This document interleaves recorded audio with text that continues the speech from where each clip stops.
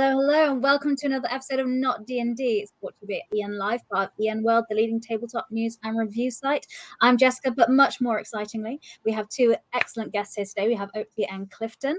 So please say hello and join me in welcoming them. And Opti, would you please introduce yourself to people that for some reason don't know who you are? Absolutely. My name is Opti, and I am the founder of Fragging Unicorns Games. Excellent. Well, that's perfect because that is what we're going to be talking about today. So how perfect is that? Yes. Clifton, how about you as well?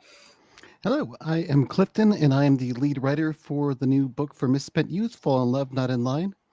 I also write for and podcast about Shadowrun. Awesome. Well, super excited to be talking to you about today about the Kickstarter we have. So Misspent Youth, Fall in Love, Not in Line. I've put the links in the chat so you can check that out there. But before we get into it, I'd like to kind of chat a bit about your background and history with tabletop RPGs. It's something we like to do every week. Awesome. So what were your first tabletop RPGs that you played? What was your first memories of gaming? For me, it was Dungeons and Dragons. It was the Red Box. Way classic. Back. Yeah. Played D&D for quite a while. Got into second edition and then got made fun of at school so much that I stopped for a long time. Okay. Oh no. But I did actually get way back then. We were getting so much into it. I had all the books for first edition and ended up getting Shadowrun first edition around that same time that I was playing. And then I basically did do a lot of gaming until university and then got involved in a group there. We played a lot of fourth edition actually. And then I said, hey folks, what if we played this other game that I used to really, really like called Shadowrun? And they were like, we don't know anything about that. So I went back to the internet and I was like, what's the podcast that's going to tell me all about the history of Shadowrun? And there was none. So I made one. And so that became the Neo-Anarchist podcast, which does the lore of the Shadowrun universe in character year by year. That I leveraged eventually to get some contacts and start writing for the Shadowrun RPG, which led to a lot of other stuff, including meeting Cliff and then eventually launching Fragging Unicorns Games with our first Kickstarter, which was Gangs of the Undercity, which is a cyberpunk fantasy mashup miniatures game. Yep. And now we're doing Misspent Youth. That's it. That's you. That's your entire history. No, that's excellent. That was a real whistle-stop tour, but that was all the information we needed. We have already had a question though about the name of the company. They said, "Now there's a company name and a half." What's the story behind Fragging Unicorn Games? There's a good story behind it. Yeah. So when I first started freelancing for the Shadowrun role-playing game, it was a lot. There was a lot going on behind the scenes, lots of different freelancers, lots of different coordination. So I took it upon myself to create a sort of group within a group of people that had like-minded things, what we wanted to see, where we wanted to see Shadowrun go. And we sort of worked behind the scenes to mesh our storylines and to make sure that we supported each other. At a certain point, somebody says, hey, guess what? I thought something, I found something really exciting. And I type unicorns. And they say, no, not Fragging Unicorns. And I was like, that's a fragging great company name. So we called ourselves the Fragging Unicorns for a very long time until we launched the company. And I was like, hey, listen, anybody have any objections to me calling my company Fragging Unicorns? And they were like, no, great, go ahead. So that's the story. Amazing. I love that when things happen, just like silly offhand comments become the whole main thing. My gaming group, actually, we've been gaming for like 4 years, and the name of the group is called OMP, OMP. And it's because in one of the early sessions, we were asked the group, they're like, oh, we're taking your name for this race year, and what's the name of your group? And one person in the group went, oh, one moment, please, and turned so we could confer and say it. And that just got written down as one moment, please, is the name of our group, which is the most British thing ever. But yeah, I love stories like this. So that's excellent. So that's the origin there, and the chat's impressed. Best origin story ever. But talking of origin stories, Clifton, what was your first experience with tabletop RPGs? As a kid, I remember my friend's brother telling me about his D&D campaign where he had a castle and he was riding on the Enterprise and shooting magic missiles at things. I don't know what kind of version of D&D they were playing, but that's what I remember of what he told me. I was enough to get me hooked. Sure. But Satanic Panic, conservative Christian parents, I had to find a side door, which was Teenage Mutant Ninja Turtles and Other Strangeness, because Ninja Turtles, right? No Heroes in a half shell, Satan nothing possession satanic. happening. Yeah. Right. So that's how I got my foot in the door around the whole Satanic Panic thing. Finding an alternative to D&D. I've been kind of doing that ever since. I do like D&D, but it's really not been one of the main games I've played. I feel like third edition was kind of my jam. I didn't like the arbitrariness of first and second. Like, why can't a wizard pick up a sword and just be bad at it? Right. Yeah. Anyway, that's true. So in third edition D&D, wizards can pick up a sword and maybe even be kind of okay with it. But whatever. I liked the flexibility that brought. But my main jam for a long time has been Shadowrun, because some friends posted. Somebody I didn't know actually posted on a bulletin board system, which you had to dial into with your computer. I'm kind of old. It was a little bit like the internet, but one person could log into it at a time. So people would leave messages like, "Hey, we're looking for some people to play in a group, and we're not playing Dungeons and Dragons." I was like, "Okay, I don't care." They stole my show concept all these years ago. Yeah, so I want to play role-playing games, and I'm not allowed to play Dungeons and Dragons, so that's perfect. And they were like, "Come, let us show you about Shadowrun." And it's been that was a life-altering moment right there, because I've been super into Shadowrun for as long as I can remember. Met my wife through a Shadowrun game group. Podcast about Shadowrun. Get to write for Shadowrun now, and other things. And all of those other opportunities kind of overlap with what Opti said. So I'll leave that to there. Awesome. So I've known Opti for years, and it's been a great friendship. And we get to make games together now too. Which is, the best thing. We got some fans of the podcast there as well. So there's people here coming over from that. So if you have any questions you'd like to ask, please do pop them in the chat of wherever you're watching this on, and we'll pop them up on the screen and ask Opti and Clifton. So please feel free to ask your questions. So Clifton, I think Opti, you kind of touched on like how you transitioned from being like a fan of tabletop RPGs into kind of the industry. Clifton, what was that journey like for you? Was it mostly being a writer, or? No, it was kind of weird. I didn't touch the writing thing for a while because my wife, those who've listened to the Arcology podcast know her as Vox.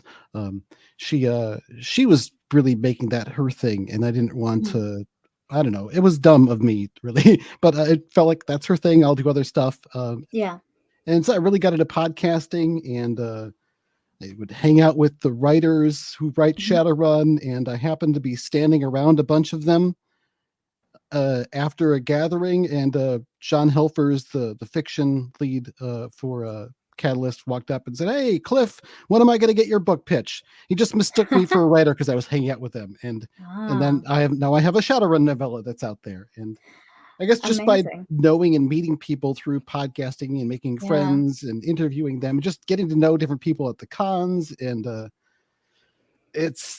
I've kind of been sucked into writing. Like there's a few things like RJ Thomas, who's written a lot for Shadowrun, got me into Cutting Black. Like, hey, I get to be the lead person on this book. Do you want to do something for it? And I said, oh, okay, a little bit here. And then I got a chance to make up some characters for MechWarrior Destiny, which is a really fun game in the BattleTech universe. And Opti pulled me into the Shadowrun Anarchy 2050 book, and then a whole bunch of other writers quit, so I ended up writing over half of that with him. So it just sort of has snowballed, and it's been great. I really hope I can keep going, because I'm like right on the cusp of maybe being able to make a living as a game design writer. Maybe a destitute one, yes, but still a living. No, I know that. I think a lot of people, that gets to a point where you're like, do I take the leap and do this all the time, or like, and it's a really difficult moment. So I think a lot of people work in the industry have very much been there as well. So not alone there. So you also mentioned so the other podcast you did here, so Opti, that you wrote in the chat as well, that so if people wanted to check those out with Shadowrun, You can find all the details kind of there as well. Yeah. But we are not here to talk about Shadowrun today, which we should have an episode on Shadowrun at some point. Which is weird because Cliff and I talk about Shadowrun a lot. Well, I think we're down for that. Okay, so if you some other time though, if you hear about Shadowrun, there are all these podcasts already existing where you can go and really dive down deep into it. But today we're wanting to talk about your fantastic game here, which is Fall in Love, Not in Line, which is based on which is part of Misspent Youth. So, Opti, could you start by telling us a little bit about this? Sure. Fall in Love, Not in Line is the first Fragging Unicorns release of the Misspent Youth game, IP that we inherited from Robert Bowl Games. Robert is the creator of Misspent Youth and was really good friends of ours, is a really good friend of ours. And when he got out of the industry, he passed on the IP to us and has been working with us actually from the beginning of this one to just make sure we're getting everything right and honoring what he created. But this release is not a completely new game. It's more of a sort of different way to play, focused on invitation and inclusion. So we've sort of streamlined everything about the previous Misspent Youth game that was a stumbling block to folks who might not have been really familiar with narrative RPGs, right? Like that's a particular, group of folks who can just hop in and start role playing right away. And then not always, this is non-D&D, right? But so D&D players, traditional gamers or non-gamers, have sometimes had a hard time jumping in and knowing what to do, how to role play, what that looks like. With this game, go ahead. I was about to say it can be intimidating because it's a very narrative system, which gives you so much freedom, which was awesome. But that much freedom can be really intimidating if you're new. You're like, I don't know, and like, that's what we found is when it works and when you have a group that sort of is willing to jump right in and knows what this is about. Misspent Youth is an incredible tool to tell really, really fun stories and have a great time with your friends. But if you give this to a group of D&D or traditional players, or if you give this to somebody who's never played, they sometimes get indecision. They look at each other. They don't know quite what to do. So this book streamlines all of that, sort of cuts all the fat, cuts down the number of options, and just really handholds every single person, makes every decision very easy and straightforward, and sometimes makes the decisions for you so that by the time you're halfway into the game, you understand how things are supposed to go. You get a sense for what is possible, and then by the end, the kid gloves are off. You sort of backed off. The GM or the world has sort of backed off and let you do it. And I just ran this for a group of people who have never played a role-playing game in their life. They've never rolled a dice in any way, shape, or form other than like Monopoly or something. And they were able, by the end of the 4-hour session, they had such an incredible time, and they were like, can we do this again? This was fun. They were getting into character. And I thought, man, if I could run people through this first, and then other games, like they would be better role players in every other game for having played this one first and gotten into character. And so that's what this whole book is about is trying to do, cutting down on the things that hinder people from getting into it and making role play as easy as possible. Well, that sounds awesome, because I think we're always looking for ways to invite new people into the hobby and get new role players into it. So having a system that works really well for that is awesome to know. So talk a little bit about the settings, because some people might not be familiar with the original Misspent Youth. Clifton, could you talk us through the setting and kind of what the premise of the game is? Sure. I have to kind of come at that a little bit sideways as well, because Misspent Youth handles setting a little differently than many other RPGs. It's essentially a setting agnostic system. Usually takes place in a dystopian science fiction setting. In the first Misspent Youth book, when you go to play the game for the first time, you would create the entire world concept together. And then the authority and the characters before starting the game, which is really cool, especially if you're into world building. But what we're doing with this one, though, I guess part of my idea for making this more inviting and inclusive for people who just get right into the game is that we're going to present a number of pre-made settings for you that are fun and interesting to play. We hope the playtest has all been Neo-Babylon, which is the setting that Gangs of the Undercity takes place in. It's a cyberpunk fantasy dystopia where it's sort of like our world, but more influenced by the ancient empire of Babylon than Rome. We're going to have another setting that's going to be a mecha, an anime style mecha setting taking place on another planet in space where the corporation wants to strip all the resources out of the youthful offender's homeworld. Youthful offender is our word for player character, by the way. So yes, yeah. And we've got a sort of a steampunk fantasy one, another one that's going to be high fantasy, which is a bit new for Misspent Youth, which has pretty much always been about the sci-fi before. Mm-hmm. And one or two that are kind of in flux here. We're kind of waiting to see what the writers land on. But I'm excited to find that out. But they'll all be interesting, unique settings with a very different approach and flavor instead of themes to play through, a cast of characters to jump in and play. Yeah. And that's really what the setting is. The playtest has all been the Neo-Babylon setting. That's been a lot of fun, but also it's kind of a lot of these themes are universal too. It almost doesn't matter what setting you're in. Yeah. Everyone can relate to authority arbitrarily ruining your life. Yeah, I think so. I think that's what I really liked about this, because I think everyone's had some situation where there's been an authority figure that's done something unfair, even if it's just like a teacher in school that told you off for something that you didn't do. And like the injustice of that, especially when you're young, it seems so much more extreme. And because the characters you're playing are young people as well, and is that the same in this setting as well? So they're all kind of teenagers. Yeah. So you got all that teen angst.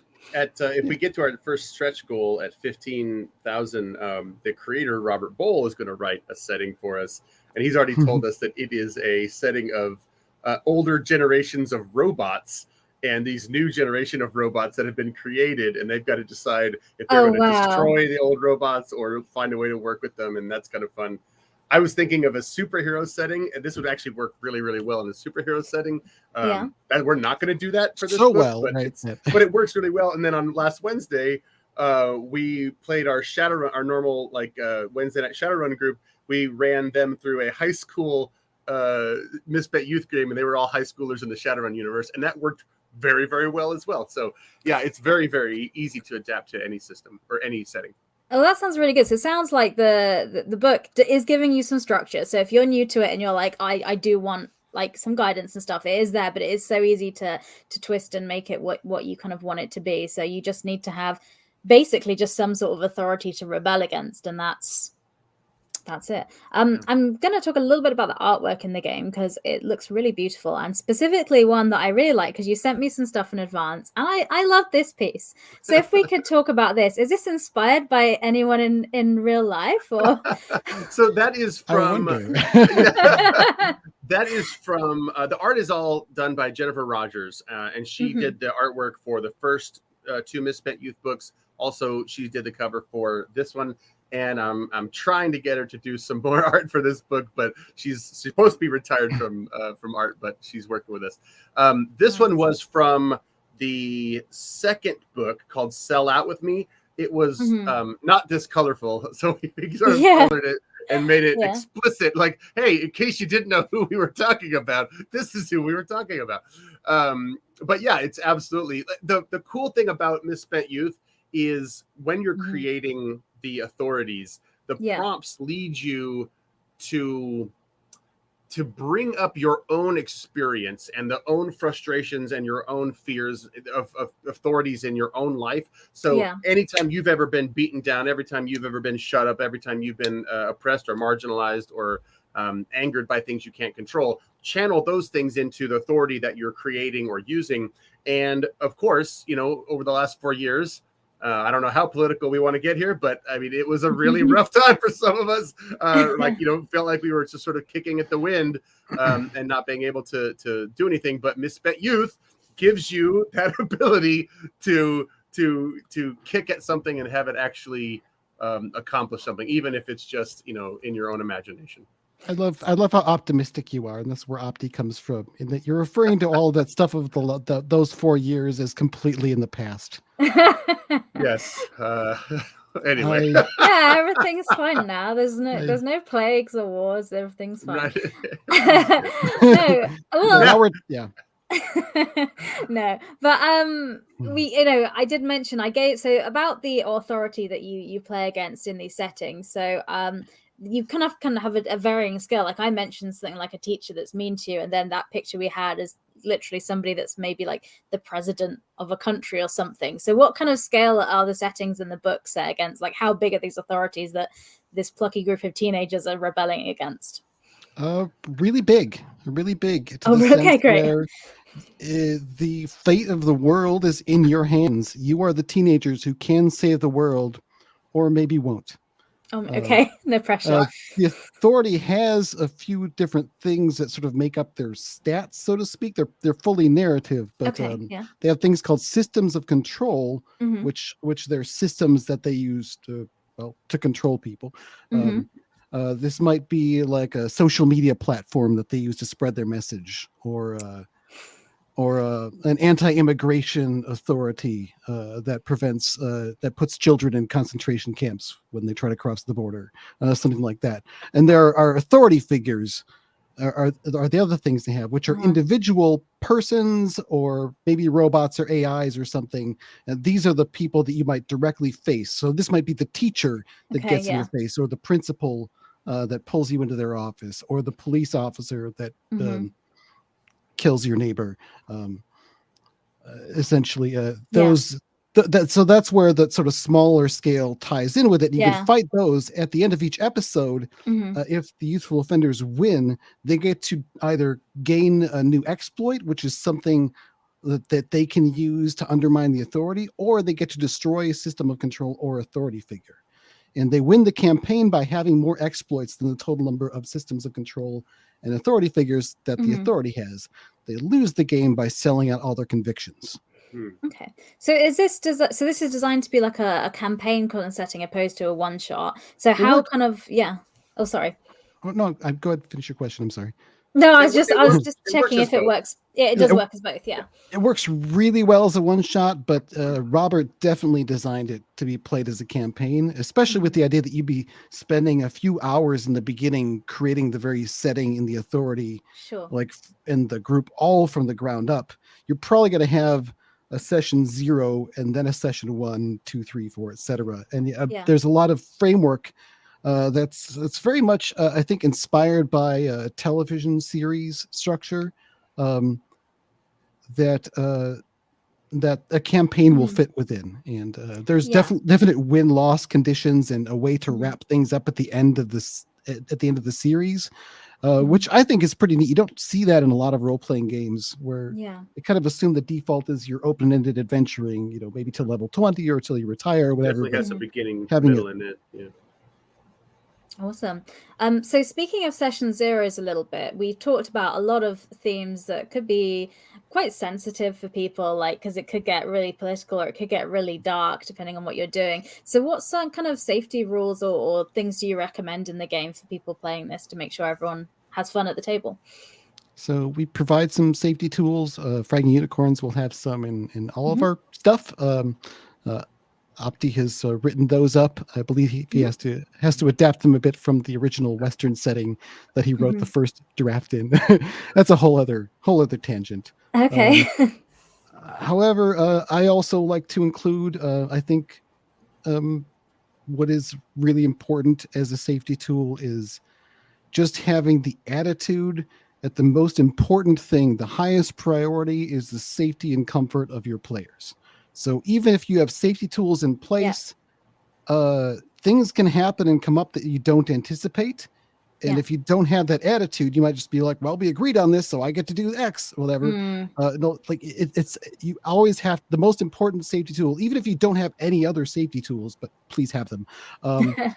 Is that attitude of it's what's most important is the safety and comfort of the players. That's the highest priority, and you can stop the game, change things, retcon, whatever in service to that. Like there's none of the game rules are secondary to that. And I feel like that's kind of my my true north as far as safety tools goes. Yeah. That sounds like an excellent answer. We've had a few more people jump in, so I'm just going to say hello. So this is not D&D. So here we're talking about Misspent Youth, Fall in Love, Not in Line, the Kickstarter campaign that is out now. So please pop your questions in the chat if you have any, and Opti and Clifton will answer them for you today. We have had a question about the campaign. So they've said, obviously, so this is a different book from the original one. So will they need to have the original book, or is this a standalone one they can order, or how does that work? Okay, a couple things. One of which, you can get the first one for free online and just download it. Robert has actively encouraged people to put it up on torrents and all that. We fully support that. So if you want the first book, I think the second one might be out there as well for download. Just go for it. It's fine. Grab it. Even if you grab it from a pirate style site, we're cool with it. There's no need to, because it's up on our website. But sure. Go ahead. But, that said, you will be able to get hard copies through the Kickstarter campaign, which are pretty much mostly not available. We've got some inventory, but they're not something you're likely to walk into a store and find to buy. So it's a great way to get those. That said, this book is very much designed to be all you need to play the game, except for some friends and a couple of D6s. Excellent. So you don't need to go and hunt down the original then. You can just get this and you're good to go. You don't need to refer to any other books to play this. And while the first book put the world building stuff right up front in lots of detail before you got started, we don't do that. We get you right into this book playing as soon as possible. But that world building stuff is going to be pretty straightforward and available to you. Just it'll be in the back of the book for reference instead. Yeah. Okay, awesome. And like you said, so you've got a copy of that. You can download the free original version on your website, which is fragandunicorns.com on there. So people can grab that there as well. So speaking about the game, we talked a little bit about how the mechanics are slightly different and gets you straight into the game. Sorry, words. Can we talk a little bit about the mechanics and how the game works mechanically? Because it's not a heavy dice rolling. You're going to need a fistful of dice and like your math sheet out, but could you just talk us through how that works? Sure. Well, first of all, there's really no stats. There's no hit points or plus whatevers. Our characters are all made up of a collection of narrative ideas. So the youthful offenders, your player characters, each have a number of things called convictions, which that's something special about them that they are able to use to fight the authority. So something like their means, like they might be cool. People think they're cool. They want to be around them, but they might be bad, like the leather jacket wearing cool kid. Well, they're both two different shades of cool, right? A motive might be altruism or thrill seeking. It might vary depending on the character. MO or specialty is going to be different based on the settings. Like for Neo Babylon, we have characters who can do like element bending with their martial arts, and another character who's a computer hacker, we call it breaching. The other character with magic spells. So the setting with the mecha, their mecha is going to be one of their convictions, and each one of these just altogether they tell you something important about who this character is narratively, but they're also the things that you sort of risk and use to fight the authority with. So when you play the game, it's very much open-ended narrative, sort of free play. You set the scene. You start with something called a friendship question. Opti, do you want to talk about those real quick, so it's not just me talking all the time? Yeah, the friendship questions are actually really, really cool in that they are a sort of secondary world building. In this edition, we actually give you the friendship questions ahead of time on your character sheet, but in the previous editions, you just made up your own. But right before every scene, one of the players takes one of their friendship questions and chooses another one of the players and asks them a friendship question. And they get to ask the question, right? That's their choice. But then the person who answers gets to answer in any way they want. And in this way, you're sort of dual world building the backgrounds of your character. Like they all know each other going into it, but how they know each other is unclear. Over the course of the episode, how they know each other and what sort of friendships they have is revealed, right? Like as if it was like the first 5 seconds or the first 5 minutes of a TV show where you get sort of background and then you get the theme music, and then whatever the theme was in that background will become sort of a theme in the rest of the episode. So it's really structured that every scene you get a little bit more background of the youthful offenders and how they relate to each other. Yeah. Okay, and I think that's quite key to the game, because I think one of the things I noticed when reading through it, it isn't, even though you're fighting against the man or the system or whatever it is, the stories seem to be very much about the relationships and the group of people more than like just necessarily winning. So because it's not necessarily about winning in the game. Would that be right? Oh, it's definitely about winning. Oh, you really? don't want to lose, or else the world is going to suck, and it's going to be your fault. Yeah, Oh, but one of the things that but yeah, you're very much. It's at least as much about the characters' relationships as it is about anything else. On balance, right? Like most of the games we play are about taking down the bad guy, right? Yes. And everything that we do and everything that we build up is so we can be better at taking down the bad guy. The name Fall in Love Not Online is a nod to the fact that even if we're tearing down the right things, we also need to be building up the good that we want to see, or else we'll just become the new bad guy and somebody will have to take us down. So we do want to encourage the falling in love, right? The beauty in our relationships and the things that we can build together, not just the bad stuff that needs to be torn down.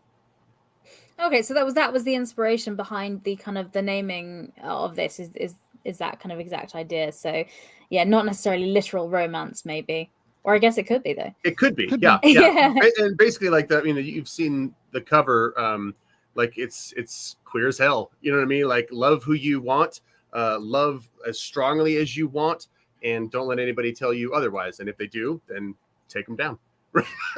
Yeah. Definitely. This role-playing game is actually a really great framework for playing out romantic character arcs among player characters, assuming it's within your safety tool boundaries, of course. Right. Yeah, of course. Yeah. Okay, great. Well, yeah, and I got the cover art there as well. So which setting is this inspired from? Because that looks quite, like you say, it's got kind of cyberpunk, and so yeah. Pretty sure that's Neo Babylon. Yeah. Yep. That's that one. Okay, awesome. Yeah, we have somebody that downloaded it, and they said they've had a look at the game and really like the hack that you can use it to almost play Misfits. So you're talking about those supernatural powers, which I absolutely love that show, and that is the perfect example. I wish I'd thought of that, because that was, this is the perfect system to play if you wanted to play Misfits. It's perfect. There's also honestly, another one. Almost every setting is perfect for this. I tried really hard to get an Earth Dawn license for one of the settings, and unfortunately just didn't get through to the right people. But I was going to have like fantasy setting, people in a care. Never mind. I don't want to have to explain Earth Dawn now. It's like DnD, but it's cooler. It's like D&D, but cool. It's cool. And one of the settings in Sell Out With Me is you play a punk band, and your rival, like the Authority, is another punk band, right? So like just switching the rules around just a little bit, and you have these rival punk bands, and like that's the whole thing, right? So you're partying together, you're I don't know, you're snogging each other. Did I use that right? That is a British term. Yes. Yeah. So there's all kinds of different settings, and it doesn't have to be throwing Molotov cocktails, and taking over things. It can be, just as simple as like, did we play well tonight? Did I get laid tonight? And it's again, it doesn't have to be anything, but it can be anything. I think as long as you have the right heart behind it. Okay, great. Said you did ask about the rules. We haven't even gotten to dice rolling yet. So yeah, like we'll come back to the rules. Yes. Okay. Let's go back. So every scene within an episode would be like a game session typically. It has a certain structure to it. You start with a friendship question, then move on to free play after you set the scene, and you just sort of get into character and role play together and start having fun. You might interact with the GM or the Authority, who might describe how certain things are happening. And then at some point, when it seems narratively appropriate, or just when some time has passed, something will happen where there's a conflict that comes to the surface. Oftentimes, the person playing the Authority gets to turn the screws on the lethal offenders and bring this into very obvious relief, but not always. But every scene then ends after the struggle that you then move into, because when it's time to struggle, then it's time to get the struggle sheet out and roll dice and use rules. Okay. The way the struggle sheet works is the authority will put out this sheet that has a spot for each number that you could roll on 2d6, so 2, 3, 4, 5, all the way up to 12. And the authority and the youthful offenders each have some tokens, and the authority says, all right, I'm ruining school lunch by making the kids buy expensive food and not letting them bring their sack lunches. I'm going to start this out by claiming the number 3, and they put their token on the number 3. Okay. And then that's when one of the player characters gets to stand up. They'll say, I'm standing up. Then first thing you do is you roll the dice, 2d6, and you want to get a number that is not one of the ones the authority put their token on, because if you do that, you lose. So anything but 3 in this example. Right. So if they roll anything but 3, let's say a 7, they would then get to put their token on the 7, and then that player would say which conviction that they're using to fight the authority, and then how they're doing it. So if your conviction might be, I have a cool jetpack, we're like, all right, I'm going to use my jetpack to fly on up there and grab the person out of the hands of the robot that's about to crush them. And then after they do that, the GM, as the authority, has to take the hit. They describe how what the youthful offender just did is really messing with their plans. Yeah. So that's a fun part, because you got to see them take the hit. And then they describe the next mean thing they're doing. And the authority then claims the number. The authority doesn't roll. The authority, in the first book, there's a big chart for what you pick based on which numbers are picked. I came up with a rule to make it easier. The authority claims a number that is adjacent to one of the ones the youthful offenders just rolled. Okay, yeah. Makes it easy. You don't have to remember things, and it also feels like the authority's right on your heels. They put their token down. Then another person can stand up. They roll the dice. They claim a number. There's two-ish. There's 2. Oh, so it escalates the situation naturally. Yeah. Oh, so the tension rises. You get this Jenga tower-like tension, where like, am I gonna think? So every time you gotta reach for the dice, turn the, it's like, oh, here we go. That's nice. I like it. It's really thick. I've really enjoyed just how much energy there is to that. Watching that board build up. But it ends when they a youthful offender rolls a number that has been claimed by a youthful offender in a previous turn. That's a good ending. They win. They describe how their conviction and their friend's conviction that claimed that are used to save the day and do the thing and achieve their hope, which is their sort of winning hope in the struggle. So whatever they're trying to achieve. Yeah. I kind of skipped over that, but as you go into a struggle, the authority defines their objective, the youthful offenders define their hope, and they should be 2 sort of separate things, not what they said. It's the authority wants to step on these people, and then you want to have special anti-robot foot shields so people don't get stepped on. I don't know anymore, not just now. But so yeah, if you roll and you hit one of your good numbers, you get to declare how you do your hope. If you roll a number that the authority has claimed, that means you either lose and the authority achieves their objective. You get to describe how your conviction just wasn't enough in the moment when you were needed, or you can sell out a conviction, permanently transforming it to a twisted and corrupted version of itself. Oh, wow. And you essentially go too far and just really, really just freak out your friends. Like, oh my God, I can't believe you did that. Like, but yeah, we won. So, but it is an I win button, but you're selling part of your soul that is permanently transformed from then on. Got it. So that brings in the theme you were talking about of you want to win, but you don't want to become the thing you were seeking to destroy. It is also how you lose, because if you sell out all of your convictions, that's when not just the episode of the game, the campaign ends. Yeah. Oh yeah, because you've become the very thing you wanted to destroy. Right. Yeah, and it's also a push and pull, because you don't want to sell out your values because they're important. They're one of the things that makes you really what you are, that you can fight the authority. Yeah. And you want to become more like them. But are your values so important that you're willing to hold them above the lives of those people who are just about to get stepped on by a robot? It really puts this moral dilemma in their hands every time. And it's so chewy. It's such a rules light narrative game with so few mechanics, but the mechanics that are there are just so thematically powerful. Yeah, it sounds like they're subtle and they nudge you towards naturally building that tension and naturally building that, oh my gosh, like you say, it's escalating. It's more and more likely that you're going to lose in this struggle because there's more and more numbers on the board. And like you say, them going next to yours, even though technically it doesn't mean they're chasing you more, it would feel that way because visually it just looks like they're next to us. Like, so yeah, it's really great. Yeah, it also takes some of the joy out of rolling one of those high probability numbers. Like, cool, I got an 8. That means we're gonna have a good. Oh, but that means the authority gets to claim a 7 or a 9. So that yeah. Oh yeah, of course. I mean, I'm not really a maths person, so I hadn't considered that. But you're absolutely right. Yes. Yeah, when you're rolling any multiple dice, the range of possibilities is not even in probability. You don't have an equal chance of rolling a 2 or a 7 because there's different ways that number can come up. Yeah, absolutely. So you're much more likely to roll those numbers in the middle than you are the ones on the edge.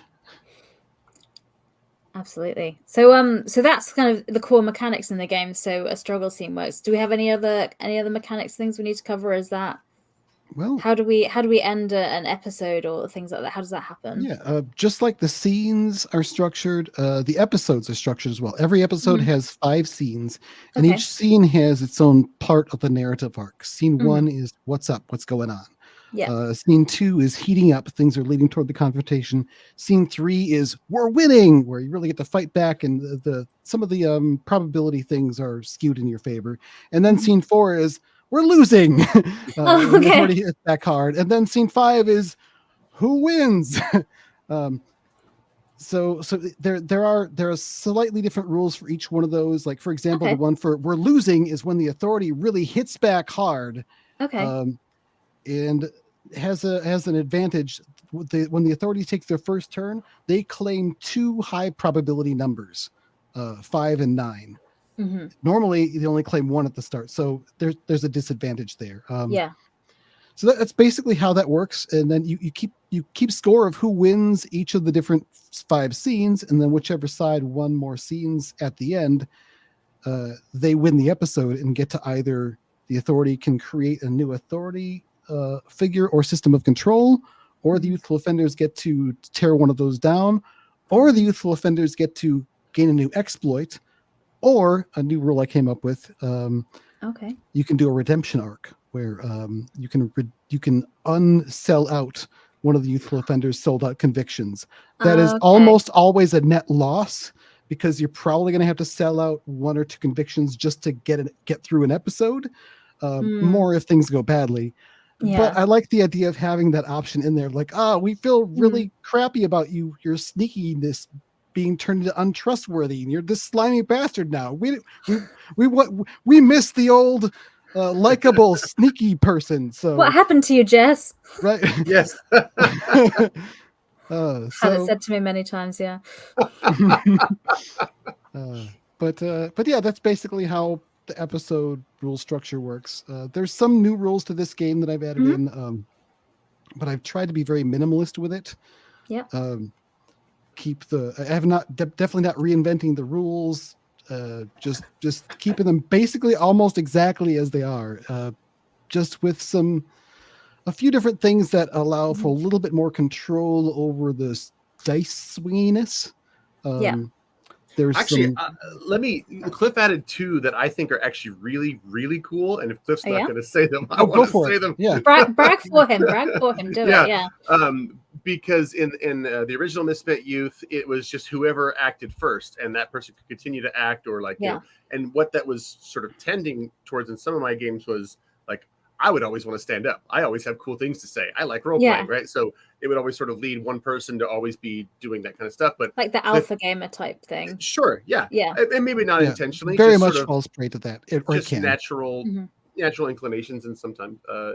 But Cliff added a rule, which is an optional rule for each scene, but it's called round robin, where it's not optional. Oh, it's not optional. Okay, well then it was. I mean, they're all optional, right? In the playtest, Clifton right? made this. It's not optional. I'm not going to show up at your house and say, no, you can't play it that way. Well, it's showing up in the sort of rules for this scene. So like, I guess when we read it, when we finish up the book, it's going to go in the general rules. But it's basically you can't stand up unless every other player has already stood up. Great. Which works really, really well. You know, I played this. Let me reword that. You can't stand up again a second time unless everyone else is gone. I'm not sure. Okay, yes. Yeah, you can't stand up twice until everybody has at least stood up once. No, that all makes sense. So to make sure everyone gets a moment to have their cool thing that they can do, which is hard to do sometimes in a game to balance when you've got a table full of people. Yes. And the second is a rule called violence is ugly.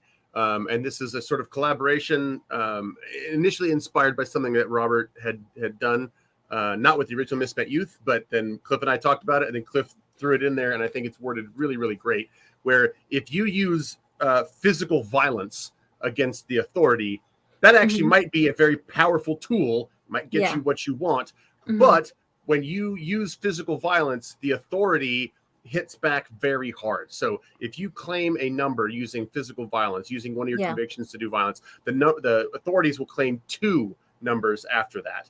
And narratively, you will narratively pay the consequences as well. So you might win that scene or whatever using your violence, but the authority will now come in and it will beat up your friends. It will beat up your family. If you punch them, they'll hit you with a lead pipe. You know, it just says, it basically it tells you and reflects the reality that you can't do violence as much as the authority can do violence. So think very hard before you do this, because if you do, then the consequences will be that much greater. You've given the authority permission to do the same thing. So it's an encouragement to, in imagination, to imagine other and alternative ways to solve your problems other than just simply using violence first. Or it's still always an option, but or you just do it anyway because it's what needs to be done in some cases. Like our friend James, when we played the Shadowrun one, the very first thing that he does is walks up and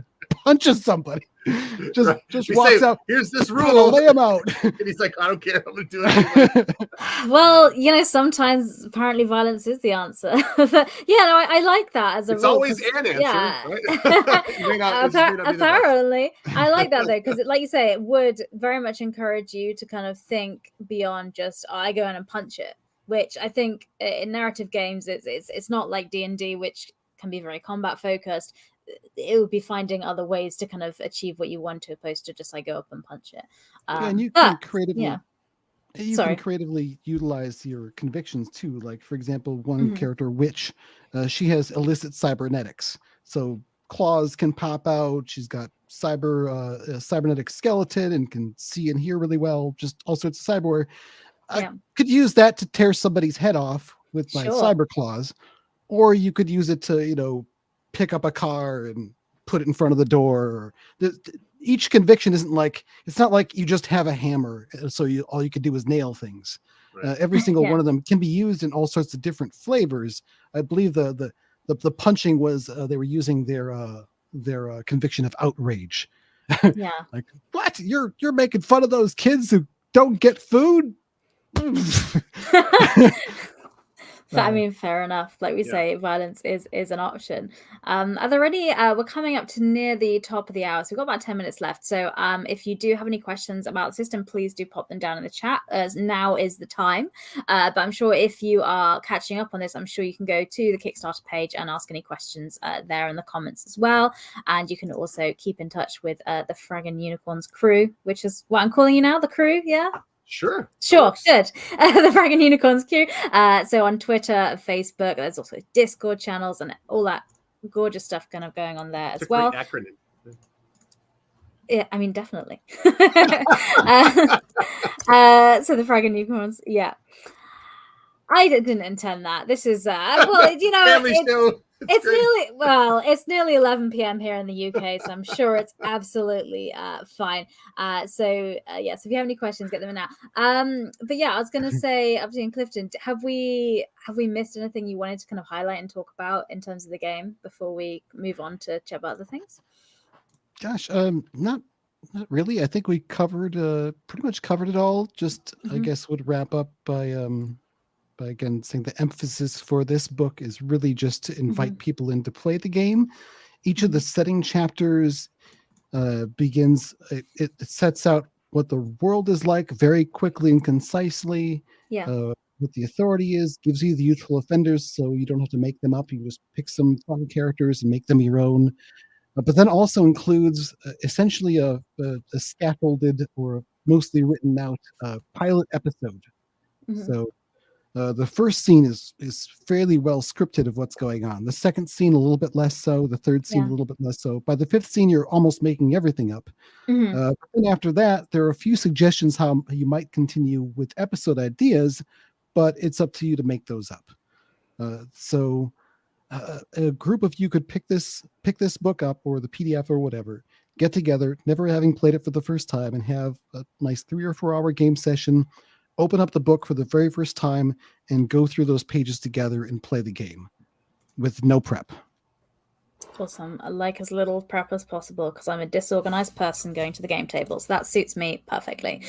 Zero prep is definitely one of the priorities of this game system from the beginning, actually. Though you might consider the world building session prep, but you could just consider that a session. I feel that would be part of the session because that's another part of collaborative storytelling, isn't it, really? So we're all sitting there deciding what the rules in the world are. But it is on Kickstarter now, so I've just put the links in the chat there. So it's got another 16 days to go, I believe, or so. Yeah, so there is still time, a little bit over 2 weeks. There's still time. It is fully funded, so congratulations to you both. So this is happening no matter what. But if the best way to support indie tabletop RPG creators is to buy their stuff. So if you are able to go on and support the campaign, that would be awesome because there's some fun stretch goals, as we mentioned, coming as well. So if we can push them up to those stretch goals, that would be awesome. So the link's in the chat there. So we've talked a lot about Misspent Youth, obviously, Fallen Love Not Online, because that's what we're here to talk about. But I also want to talk about other tabletop RPGs that we like as well. Oh, but we do have a question actually first, before I move us on, and that is what would be the next thing you're planning to release for Misspent Youth beyond this? Which may be a tough question because you're in the middle of your Kickstarter now and still got 2 weeks to go. It's not a tough question. Okay, great. We already know. We have one of our good friends, Oscar Russo, is working on a horror version of Misspent Youth, which it's really, really fun. I've seen some of the cool things that they're doing.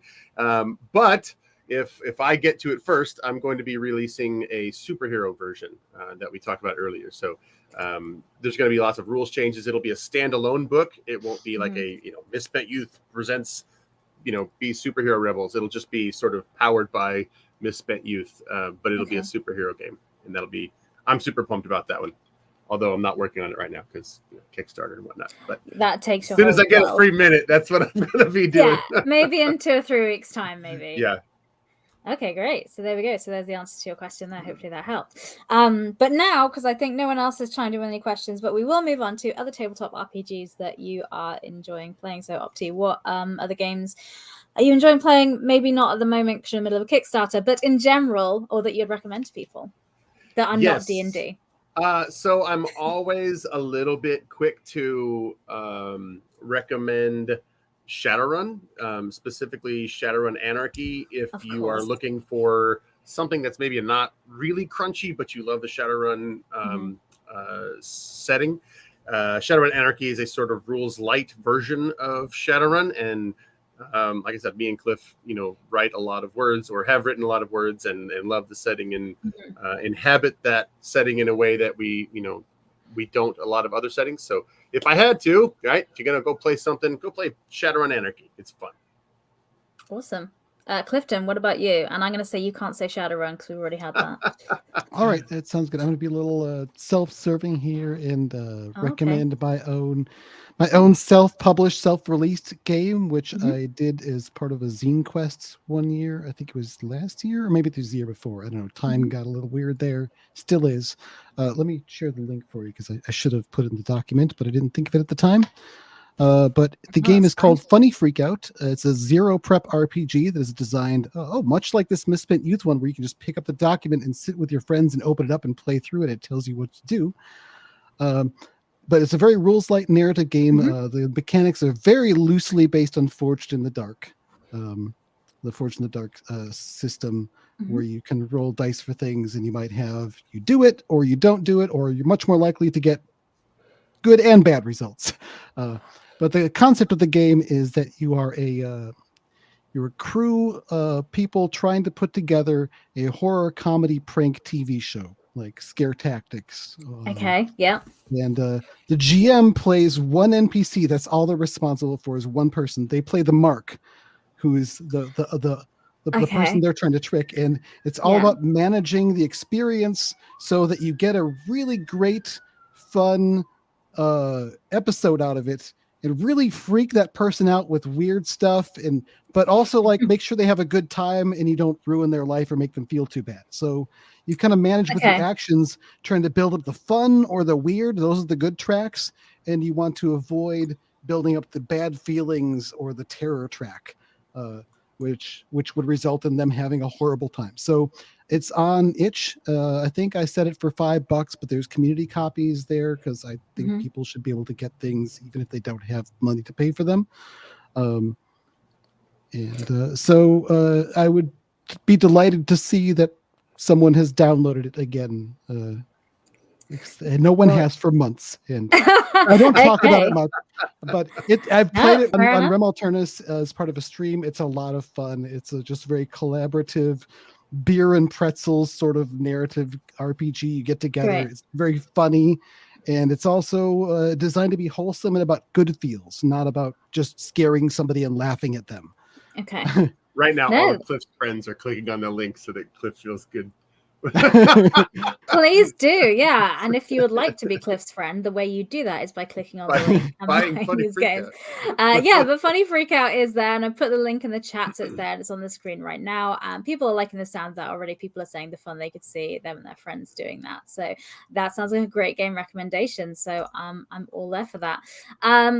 So I want to say thank you so much for coming on and talking about games with us. So thank you so much for giving it your time, Opti and Clifton.